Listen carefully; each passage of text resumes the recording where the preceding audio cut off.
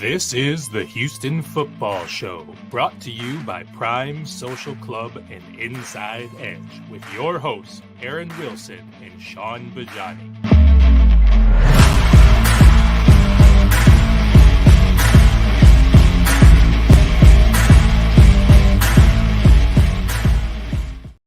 All right, thanks for joining us for another episode of the Houston Football Show. I'm Sean Bajani from Sports Radio 610, joined as always by NFL insider Aaron Wilson, who covers the Texans for KPRC Local 2. Aaron, Texans shutting down Dameon Pierce and Derek Stingley for the remainder of the season. I don't know what you think about that, but I absolutely think it's the right move at this point in time. Protect your franchise running back and Derek Stingley, keep him healthy for likely what I think is going to be an entirely new defense next year. How do you see it? Where I agree with you, Sean, when you think about the situation, they weren't really, competing for anything at all. I know that Lovie Smith's trying to create benchmarks with wanting a winning record within the AFC South, and that's fine. That's good, all well and good, but I don't really feel like it made any sense for Dameon Pierce with a high ankle sprain to risk any further damage or lose some of his offseason, which will be pivotal for him to try to build on this year. What does he have left to prove? The only thing that I thought was to be gained was a statistical milestone. He could have had a 1,000-yard season. He's still probably going to be the leading rookie running back. He's still going to be all rookie selection. Same thing for Derek Stingley, who didn't allow a touchdown pass. I just don't feel like there was ever really anything to be gained by playing any more football. With Derek, obviously, and Lovie Smith has pretty much acknowledged this, and they have through their actions. Not a mild hamstring; it was a grade 2 hamstring, and normally that can take about 2 months to heal from. And I expect him to be fully recovered, be able to participate fully in the off-season program, which begins in April. And we'll see, does it begin on April 1 when you have a new coaching staff, or April 15th if they still have Lovie Smith and this coaching staff? Well, so we're going to find out. But yeah, when you think about what might happen, they could be man-to-man, which might be better for him. I think any coaching staff, regardless of who the quarterback is going to run the football a decent amount. Dameon Pierce is the best offensive player not named Laramie Tunsil on the Texans. So, he'll still have a huge role no matter who is coaching him. But, yeah, I agree with you. It was time to shut them down. Might be time to shut Kenyon Green down too. Yeah, that's a good point on Kenyon Green. And, you were there when we asked Lovie Smith, I believe it was last week, about the status of Kenyon Green and the likelihood of him returning. He seemed fairly optimistic at that point in time, but maybe, just willing to give it another week or so. One thing I will have to say about Kenyon Green, and it's not to, talk down to or negate the latter two individuals that we were talking about, in Dameon Pierce and Derek Stingley, both of whom I think played through some pain this season. Stingley with the shoulder, I think we saw his toughness. But, Kenyon Green showed that willingness to play through some pain this year with the shoulder.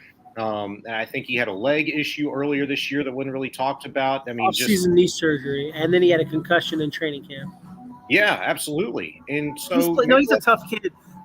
He just needs to get himself in optimal condition, spend this offseason dedicating himself to that. And my understanding, he plans to do that to get himself ready for his second season. He's only 21 years old. He's a very young man. He's going to grow from this year.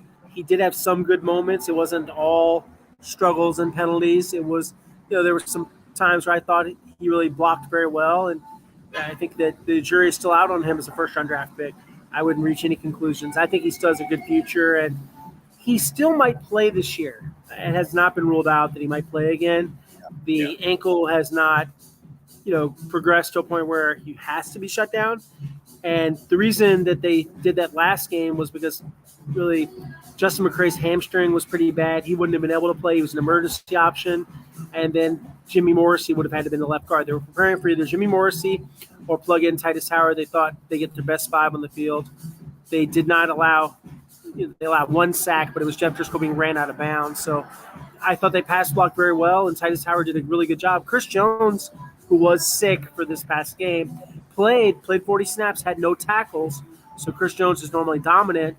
I thought Titus did a good job on him. So that makes Titus even more valuable, that he can play right tackle and guard. His home is right tackle. He had a good season. I would say Laramie Tunsil had a Pro Bowl caliber season. We'll see if he gets voted in tomorrow, Wednesday, that is. Yeah, good stuff on Titus Howard, the job that he did at left guard, getting to play alongside Laramie Tunsil against Kansas City. I thought the same thing. They did a really good job. I thought Charlie Heck filled in pretty admirably at right tackle as well, with exception to um, his inability to really reach the outside shoulder on some of the outside zone runs to that side. And really even just kind of pass setting. Obviously, the Texans didn't give up any sacks again for the second straight week, and it was his first game, in that kind of role in that situation against a tough defensive line. But I thought he stood his ground and played well enough, obviously, for the Texans to have a chance of winning, which they certainly had a chance. Absolutely. Charlie played a solid game, and I told Charlie after it was emotionally significant for him because he's starting, and they're playing against his dad, Andy Heck, the offensive line coach for the Chiefs and former NFL offensive lineman. So that was really meaningful for Charlie. And, for anybody that knows Charlie, really good dude, really solid swing tackle, 6'8", 315, a heck of a backup, pun intended, to have him at left tackle or right tackle if anything happens. He's someone that can step in and competently fill the breach. I think that he'll play in the NFL for a very long time. He's a very solid backup. Aaron Wilson, NFL insider, with us. Let's take a quick break, and when we come back, I want to talk a little bit about Derek Stingley Jr. some more, and also something trending in the right direction on behalf of the Texans offensive line. I want to take a minute for our friends at Houston's longest-standing poker club. It's Prime Social Poker Club. They're located at 7801 Westheimer. Long-standing reputation for taking care of their patrons with class, with quality, and if you go check it out, you'll see exactly why. It's not just a poker room. I mean, it's a place to hang with the boys. You get a great meal there, drinks. They get a fully stocked bar, pool tables, all kinds of games throughout the venue, and of course, dozens of poker tables. Prime Social Poker Club, 21,000 members is what it's up to, and you can become one yourself today. A lifetime membership begins at just $10. Once you join up, here's some of the perks you get. You can take part in daily and nightly tournaments with buy-ins ranging from $60,000 to $5,000 guaranteed prize money with pots as high as $2 million. It's serious cash from Houston's best and first-class poker club, open daily 24/7. Only closes when you decide to leave, and they make it plenty hard for you to do so. They've got free play 10 to 1 daily happy hour 4 to 9 every day, located at 7801 Westheimer. It's Prime Social Poker Club. And Aaron, I noticed on the Tuesday injury report today released by the Texans earlier that limited participation today from Rodney McCray. That seems to be something that is trending in the right direction on behalf of the Houston Texans. So I don't know if that's going to mean a great deal otherwise, but they didn't really have anybody else to fill in at left guard. That's why they did decide to move Titus Howard over there at left guard to play alongside Laramie Tunsil.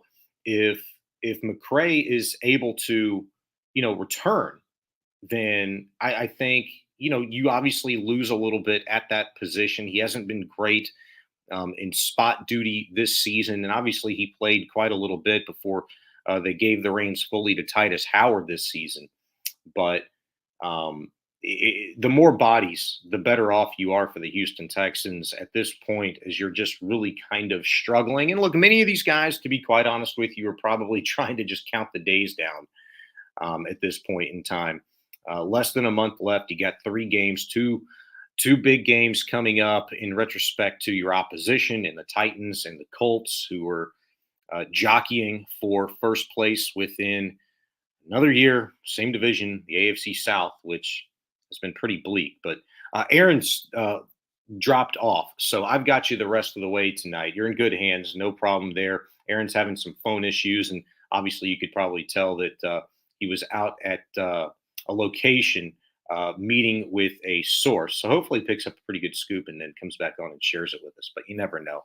And if he doesn't, we'll have it for you 1 week from now on next Tuesday's show. But I think that's good news. If McCray can have a good week of practice, return, play some left guard, or maybe Kenyon Green has a good week of rest and rehabilitation, and he can go without worry or concern of, further injuring himself, which I kind of agree with Aaron, as he'd said about Derek Stingley and, um, Damian Pierce, who the Texans have placed on IR and shut down for the remainder of the season. There was no need to push it. Maybe there's no need to push it with Kenyon Green.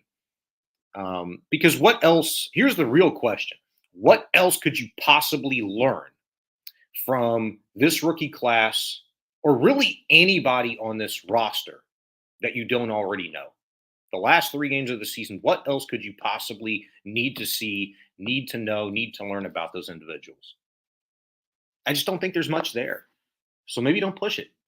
And maybe it's a little bit easier to say because of the state of this organization and, the positioning of this team right now. I mean, they're 1-12-1.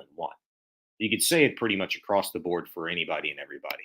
What more do we need to see from Nico Collins or Kenyon Green or Chris Moore, for that matter, who was banged up a little bit with a foot injury after the Kansas City Chiefs game? Brandon Cooks, I don't know if he's trending in the right direction. Something tells me that he's been tapped out the very moment that he got off the phone with his agent the day after the trade deadline, or the day of, rather, the trade deadline, November 1st, when his agent told him, hey, Texans aren't going to deal you.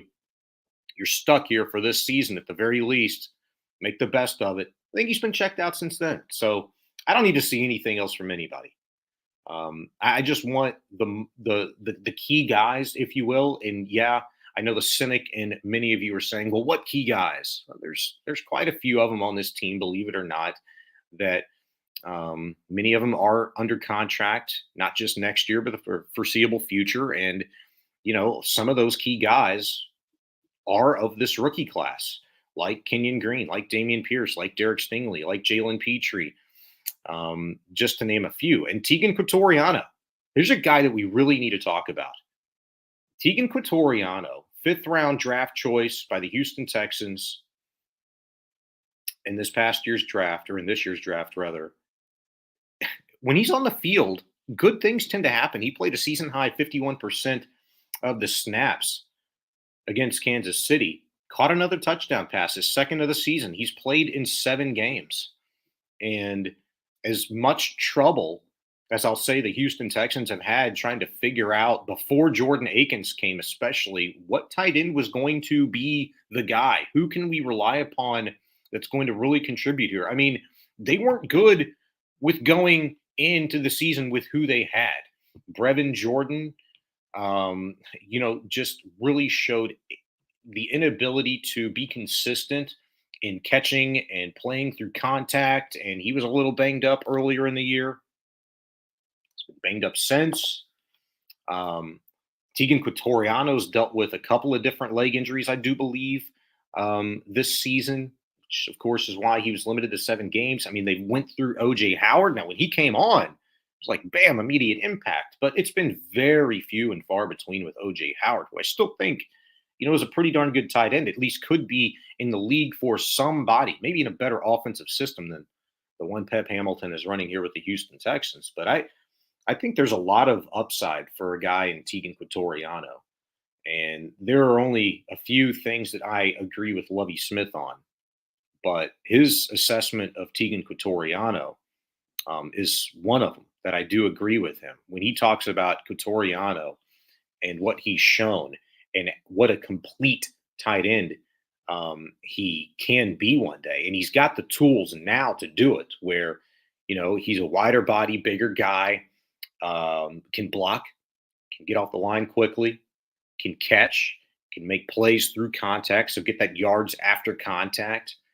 And he runs good routes. I really pay a lot of attention to him on the daily. That 30 minutes that we as the media are able to kind of sit there and, watch practice. I really, really like what I'm seeing from Tegan Quatoriano. And so I think he's somebody that does have quite a bit of upside for the Houston Texans going forward. But I did want to get back to Derek Stingley just to make a couple of points. Shutting him down, he's going to end up missing the final 8 games of the season. Just from what I've been hearing, I think people are kind of down on Derek Stingley because of 2 things. One, because of, well, I'll go 3, and 2 of them are really kind of tied together. And number one is maybe the notion that he's injury prone. Obviously, dealt with injuries in college. The one really big one, obviously, the Liz Frank injury, which caused him to miss, quite a bit of time. And he has had a hamstring before, but it's been a repetitive sort of thing. I don't really pay too much of attention to that because he is young. And I think being in the NFL your first year, like he was drafted where he was drafted because he possessed a strong and elite skill set. Okay, that only so few had, and not just this past year's draft, but just that so many guys that play his position do possess. He's a highly skilled player, has a good build, and does have a toughness about him, which is a point that I really wanted to make sure I hammered home with Aaron and to you that are listening, is that we have seen him play through injury. So this this perception and this comparison that I've even heard, especially early in the season, like, oh, he's going to be a little bit too much like Jadeveon Clowney, which I feel like is wrong on the surface already because Clowney played through all kinds of injuries when he was here with the Houston Texans. And there are other factors that go into a guy. I mean, I guarantee you this. Nobody's going to be talking about Brandon Cooks as being a softie.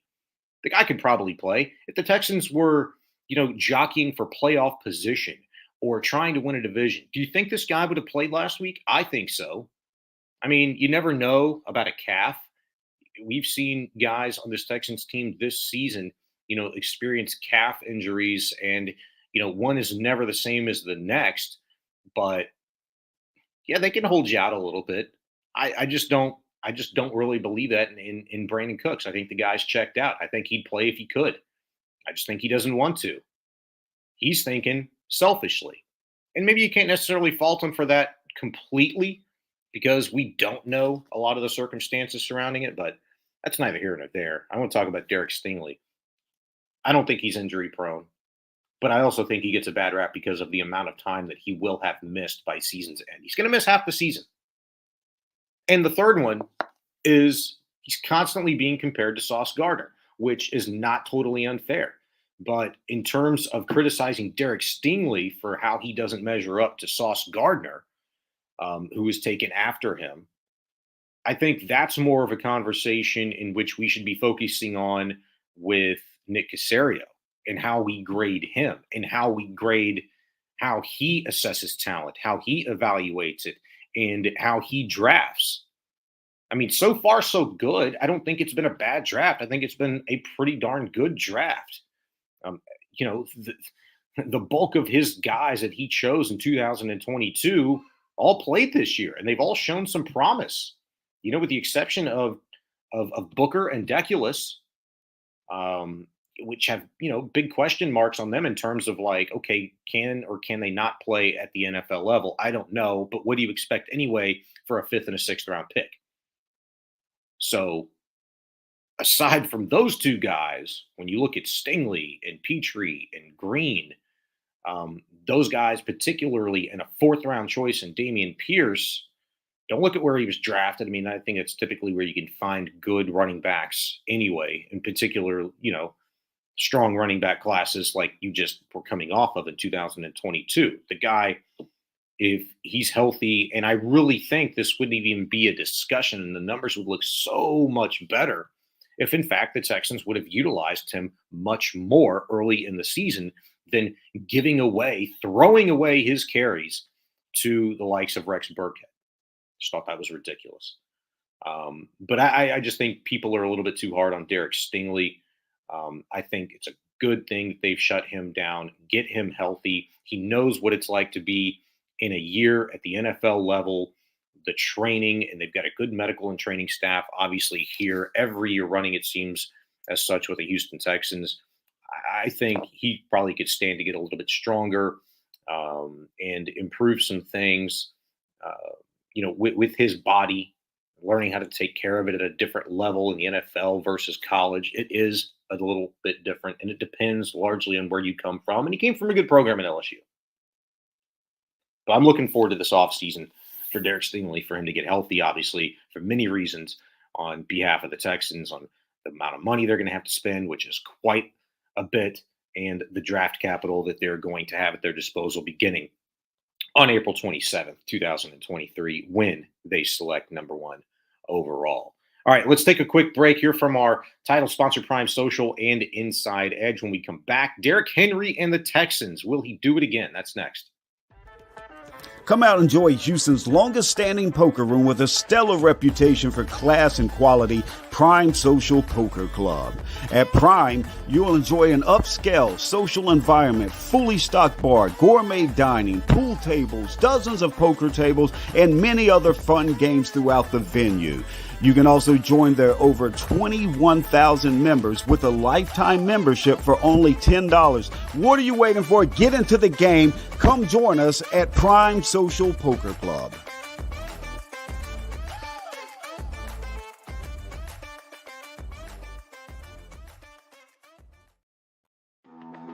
Inside Edge was founded over 30 years ago as a data and analytics provider for Major League Baseball clubs. If you've seen the movie Moneyball, then you know Inside Edge. They were part of the data and analytics revolution in professional sports. Fans can now have access to the same insights and analytics used by pro teams for free at myinsideedge.com. My Inside Edge is a destination for sports bettors and daily fantasy players where they can find matchup-specific insights and projections to help make informed betting and fantasy decisions. Again, that's myinsideedge.com.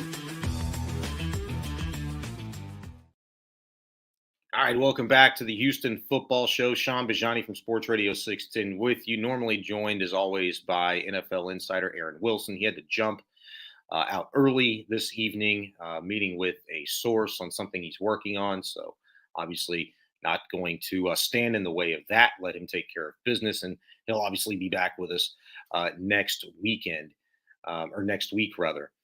This weekend, Derrick Henry is set to host the Houston Texans run defense for the second time this year. He's got 6 career games with 200 plus yards rushing, including 4 against the Texans. You know all the stats probably by now.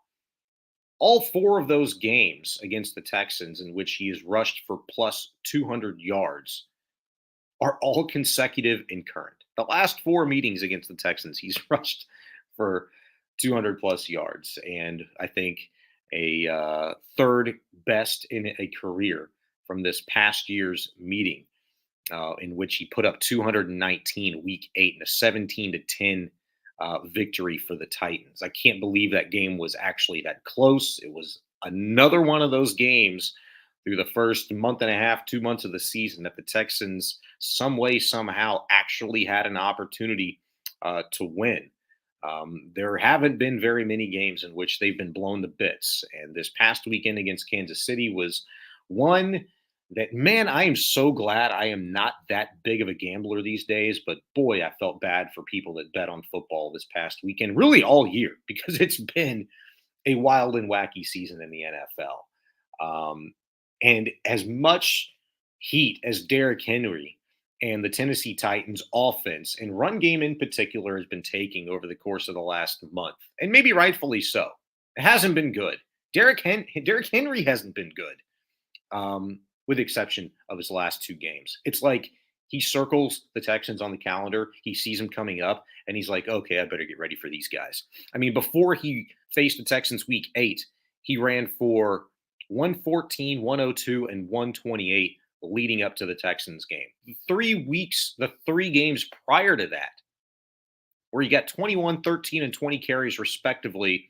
I mean, he was right around like an average of 3.85 yards per attempt. He ran for 82, 25, and 85 yards. 2 of those losses against the Giants and the Bills, and they beat the Raiders by 2 points week 3. That's when he had a pretty good game. 20 carries for 85 yards, 4.25 average. But when the Texans are on the docket, man, it's like he gets ramped up, ready to go. And it's at his place this time.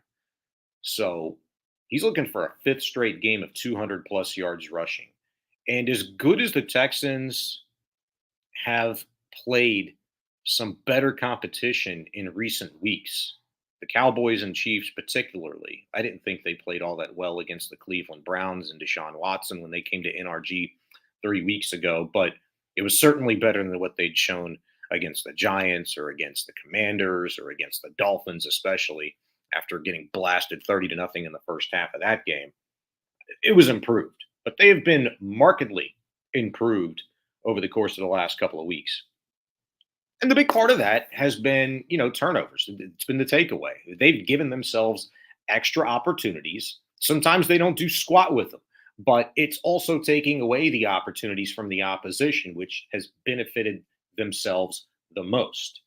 So if they can do that, and it's certainly always a part of the game plan, no matter who you play, but particularly against a guy like Derrick Henry, who can just run the clock on you or just score at the drop of a hat. The explosiveness that he routinely shows against the Texans specifically has just been ridiculous. And I'll have to say this. I think as beat up and as drugged through the mud as the Houston Texans as a team are this season, I mean, down key contributors and Dameon Pierce and Derek Stingley and no Steven Nelson this past week and no Kenyon Green this past week. I mean, who knows how this roster, this depth chart, the starters are going to shape up for Saturday against the Texans in Tennessee. I just would not bet on Derrick Henry to do it on Sunday. And by doing it, I mean, I don't think he's going to go for 200 plus. I mean, he might have a really good game. 200 plus, it's commonplace now in our mind. So we kind of expect Derrick Henry to do that against the Texans. I just don't think it's done. I think it's based on the way the Texans have been playing as a team. They find a way to kind of muck the game up. And to be quite honest with you, while the Texans have been historically bad through the first half of the season from a run defense standpoint, at one point, I think it was through week 9, they were on pace to allow 3,000 yards rushing against them. I think only 2 other teams in the history of the league have allowed that many yards run against them, and the Texans were on pace to do just that. But thankfully for them, they had a couple of games in which they held their opponent. I think the Dolphins actually were one of them. I think they held them to like 63 yards rushing for the game, obviously letting Tua, and to their own detriment, they were giving the ball away that day. They let other factors do the dirty work for them, which contributed to their loss, another one. But the Texans have allowed fewer than 150 yards rushing just 6 times all season. What have you done for me lately? Despite the uptick in their play recently, their last 3 opponents have still combined to average 161 yards per game during that stretch. That's exactly who they've been all season, a team that's given up about 160, 165 yards on the ground every single week. So they're not much different. It's just kind of in the way that they're doing it. Teams aren't going off for such explosive runs to the degree that they had early in the season. They're still there, but they're not going for 40, 35, or 50-yard runs. It's been 15, it's been 20, it's been 11, and there hadn't been very many of those. They've been methodically moving the ball up and down the field on the Texans, chewing clock and gaining yards at a more methodical clip than the Texans had been really used to giving up the explosive play. And I don't think Derrick Henry gets 200. I think he probably has a really good game as usual against the Texans. I just don't think it's at a historic number or clip this Sunday. I want to take a minute here and talk about our friends at Inside Edge. They were founded over 30 years ago as a data and analytics provider for Major League Baseball clubs. If you'd seen the movie Moneyball, you know what Inside Edge is all about. Fans, you can access the game insights now for free. See all the analytics used by professional teams. It's at myinsideedge.com. That's myinsideedge.com. It's a destination for sports bettors, fantasy players, wherever you can find matchup-specific insights. The best is right here at Inside Edge, myinsideedge.com. It helps make informed betting and fantasy decisions easy. And who doesn't want that? It's awesome that anybody can access the insights for free. But the best part is a package that they offer. It's a 5-star game pick. And with that 5-star game pick, last season alone, they had a 71% success rate. They went 34-14 against the spread. You can't beat that with a stick, man. Subscribe today. Use the code Houston in all caps. It's Houston in all caps. You'll receive 10% off your subscription at My Inside Edge, myinsideedge.com. Now, two guys that impressed me on Sunday were two rookies. And we talked about one of them already a little bit, Tegan Cotoriano. The other one's Christian Harris, who just played his 7th game as a rookie. So he's got 7 games under his belt now as a professional. And I kind of go back to Lovie Smith and what he'd said leading up to Christian's first game as a pro. And he was asked, like, all right, he's had a little bit of ramp up time. He had obviously, plenty of opportunities to sit and watch and review film. And that's one of the things that Miles Smith, Lovie's son, who's the linebackers coach for this team, said he would greatly benefit from.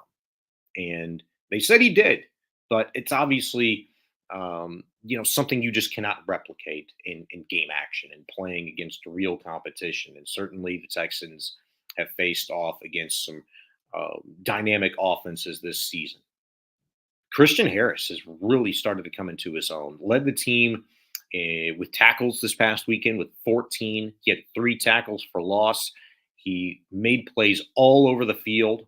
Now, granted, I really tried to pay close attention to him, particularly in the second half this past weekend. And he looked lost at times, particularly late when the Chiefs were driving. I think it was the drive. It was their first drive of overtime. The Texans, were in a 2 high safety coverage. So when that happened, the Chiefs, I think, did a little pre-snap motion, causing Harris to kind of have to bump out, and he was on a slot receiver, and he just looked absolutely lost. He looked over to his right and saw, I think at the time it was maybe Jake Hansen, who was all by himself in the middle of the field, or maybe it was Kirksey. I can't remember who. There was just one linebacker in the middle of the field, and he was like, whoa, he threw his hands up, and he didn't know what the heck was going on. Well, I guess it was a predetermined read. I guess Mahomes had saw something to the left that he really liked, and he never really looked once that I can remember over. It was a really quick play. He didn't look at all, I don't think, to the right side, to his right, where Christian Harris was. But my gosh, whoever was at slot just blew right past him and had nobody within 10 yards of him. Mahomes maybe pumps left and throws right. Maybe that guy's, running for a touchdown and ends the ball game at that point in time. I don't know. But that was just one instance in which I'd felt like, all right, Christian Harris, and we'd seen it, I guess, before, and maybe that was just kind of like something that amplified it for me because of high leverage situation. And he had X amount of games, 7 at that point in time under his belt, where I just noticed that, like, he's looked a little confused. He's looked out of place. He looks uncertain with his responsibilities. And it's just learning a defense, recognizing what his responsibilities are in a particular coverage against a look that the offense is showing him. And certainly Andy Reid, Eric Bieniemy, Patrick Mahomes, those guys are going to show you every look in the book and then probably throw the kitchen sink at you and still leave you scratching your head. You don't know what you're seeing, but I think he just needs to improve his, diagnosis of the situation. And that's understandable for a rookie. I think what we've seen from him through 7 games should impress you enough to be excited about his sophomore season with the Texans. And I kind of threw this in under the rug earlier when Aaron and I were talking about Derek Stingley and why I'm kind of happy that they're shutting him down. There's no reason to push it, obviously, but I'm looking forward to seeing him maybe really show his real true skill set in a completely different new defense next year. Who's the defensive coordinator? Who's the head coach? What does the staff look like? I don't know. I can just tell you, I don't think it involves Lovie Smith or really anybody that is currently on the staff on either offense or defense. There's one guy that I would make certain to retain, and that is the special teams coordinator, Frank Ross. But that's neither here nor there right now. I just think Christian Harris would benefit from a different system, just as I do Derek Stingley, maybe even a Jalen Petrie, all these guys. But just having another a year in which they got a chance to play some decent ball, a decent amount of games, that is, under their belt, that's going to help them tremendously as well. And I think just being in a better system. I mean, not this archaic, Tampa 2 defense that Lovie Smith is. That we don't always play that. We're not always in that. That people put that on us and they think we're always playing. No, you're usually playing an element of it. It is true to a degree. It's always embellished, but what he's done defensively clearly has not worked greatly for I think the talent, the skill sets that actually are on this team. I do think that there are a number of guys that are better players than what we had seen from them, just given the system, given the coaching, given the personnel decisions, and the way that they've been utilized.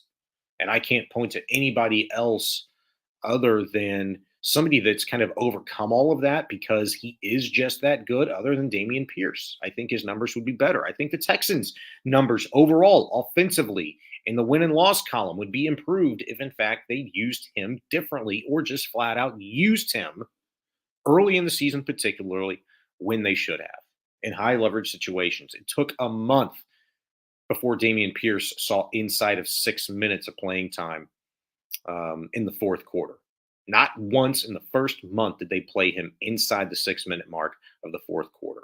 And they played in plenty of high leverage situations through the first 4 games, did the Texans. So as far as Christian Harris is concerned, I think he could be another beneficiary of some new faces on the staff next year. And just real quick on Tegan Cotoriano, I know I talked about him a little bit before, but the dude can be a real weapon. He's a complete player, I think. He just needs to stay healthy. He's already battled knee and quad injuries this season. It cost him to miss a ton of time. He's only played in 5 games so far. I think I said 7, but just going back and looking at this game, he's played in 5 games so far. If he stays healthy, he'll get just about a half a season under his belt, which is better than I really kind of thought he was trending towards initially when he was missing all that time with that last injury, which was the quad that kept him out for so long. But he played in a season-high 51 snaps on Sunday, caught a touchdown, second of the season. I think the next 3 games, if you don't see him get more targets, particularly in the red zone, then the Texans are doing it wrong still. And I think if Royce Freeman is not your dude to hand the ball off to, whether it's Jeff Driscoll or Davis Mills, whoever the heck they have in at quarterback, or split out wide, oh my gosh. If Royce Freeman's not getting the football more the last 3 games, then you're doing it wrong. I could absolutely envision a duo of Royce Freeman and Dameon Pierce next season. And you couple those 2 guys with a new quarterback, your franchise, if it's Bryce Young, that would be tremendous. And hopefully, prayers up for John Mechie. He beats cancer. He's back as another weapon in that receiving core, along with Nico Collins. Maybe you bring Chris Moore back. I certainly wouldn't be opposed to that. Brandon Cooks, if you're doing it right, isn't here. Philip Dorsett, if you're doing it right, isn't here. And nothing against him. I just don't think he can contribute just based off of what I'd seen. And maybe I'm wrong, at least in this system, because heck, for all we know, he goes somewhere else and he catches 700 yards and 8 touchdowns next season. I don't know. Be a good little slot guy. I wouldn't be opposed to him. He's been a good guy in the locker room, good pro, along with Chris Moore.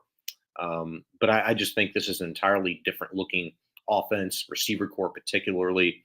And I'm excited for what the Texans have at certain areas going forward. And I think we all should be. That's going to do it for the show this evening. For Aaron Wilson, NFL Insider, he apologizes, sent me a text saying sorry he had to bail, but he's working on something with Source. So he'll be back next Tuesday, as always, right here on the Houston Football Show. Before you go, we'll take a minute and hear from our title sponsor, Prime Social and the Inside Edge. Prime Social Poker Club opens daily at 10 a.m. and doesn't close until the last person leaves. Now, that's 24/7, 365 days a year, so you can always get your poker game on at Prime. Also, daily free play starting at 10 a.m. to 1 p.m. with happy hour from 4 to 9 p.m. They have daily and nightly tournaments with buy-in starting as low as $60 and going as high as $5,000. Now, check this out.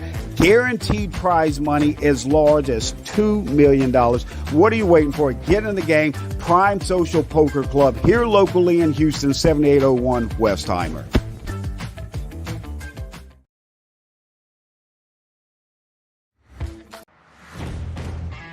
We've told you about the endless insights at Inside Edge, but let us tell you about the real gold mine. They're 5-star picks. And in the 2021 NFL season, Inside Edge went 34-14 against the spread for a success rate of 70.8. And now you have access to these 5-star picks for only $20 per pick, or get the deal of the lifetime. Every 5-star pick for the entire year for only $149. Even better, our listeners get a discount of 10% on that access by using code Houston. That's code Houston.